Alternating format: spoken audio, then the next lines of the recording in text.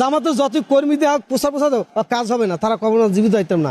ওনারা দেখতে তো মার্শাল্লাহ একদম আয়নার মতো শিখছি কামিল একজন কত বড় জন আলেম জামাতের আমির। শরিয়া আইন থাকবো না, আবার ওই নারীগুলো সম্মেলন করে, আবার ওই ছেলেগুলোকে বৈঠক শেষ হয়ে যাওয়ার পরে ছেলেদের বলে ছেলে বন্ধুরা চলে যাও, মেয়ে বন্ধুরা থাকো। কে মেয়ে বন্ধুগুলো কি করবা? ফুর্তি আনন্দ করবা? বলে ছেলেরা দেখবে দেখে ছেলে বন্ধুরা চলে যাও। এই সমস্ত ভণ্ডামি এগুলো জীবনে ইসলাম কায়েম করতে পারবে না জামাতে। জামাত ইসলাম কি ইসলামিক দল না? ইসলামে এরা নাম দেয়, যারা মওদুদি কালচালি এই বাস্তবায়ন করবার চায়। আপনি বুঝেন যে কিভাবে এরা ইসলামী দল হইলো। শরিয়ান থাকবো না, কেন শরিয়ান থাকবে না? কারণ কি? এটা মুসলমানের দেশ না, কেন শরিয়ান থাকবো না? এই জন্য তো চরমনা পীর সাহেব হুজুর যখনই কইছে শরিয়ান থাকবো না, চরমনা পীর সাহেব জোট বাঁধার পরে একটা বছর মিটিং মিছিল, সর্বপ্রথম এই জোটটা বাঁধছে চরমনা পীর সাহেব হুজুর। কোন জামাতাই পক দিয়ে পারবো না, কারণ 6টা দল ডাকছে কিনা চরমনা পীর সাহেব হুজুর জোট দিয়েছে। 6 দলের পরে জামাত আইছে, জামাত ওই বরিশালে চরমনায় গেছে জোট বান্ধার লেগিয়া একতা কাজ করে। হয়েছে কত 7 দল, জামাতের পরে আছে আরেক দল, এই 8 দল লেগিয়া 1 বছর কাজ করছে। আর এখন ওনারা